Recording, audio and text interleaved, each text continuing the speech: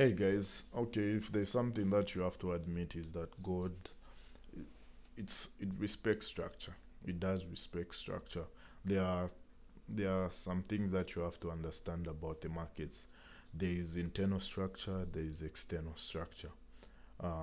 You can clearly see that the market throughout last week and some days this week, when the market was bullish, it kept on breaking to the upside, but inside structure, you could see they were also respecting their highs, and whenever market broke them, it continued with the overall external structure going up until this point was broken. That's when we saw the market start selling, because this was the external structure for this 4 hour time frame. And then this external structure, it was a short-term structure, because this was a protected low, and whenever market reached at this point, you saw market resisting by creating those wicks. So when it created market shift to the upside, by then you wouldn't have understood what had happened here, because this thing wouldn't have been printed. So uh, if we're just going to react to the market, our best position was to enter and continue with the trend, with the overall trend, because of this sudden market shift on the 4 hour. So once that failed to break that high, this high on top, it's best to understand that the market was now trying to go and test this low, and then the market went below and broke this. Now you understand the market will be selling in levels of interest like the FVG or the OB up here. These up close candles would be your best position to enter with less drawdown, and then take it to the down, targeting these weak lows. That's why I say God has the best sense when it comes to respecting structure. Just trading this, you can tell that the market, this internal structure, was clearly respecting its laws.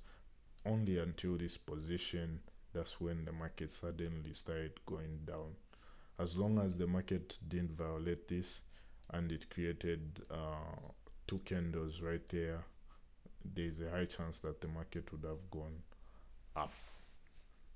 So it's best to understand the basic market structure, understanding why markets in a sudden trend doesn't violate its structure, and whenever it violates, there's just this repeated thing that happens.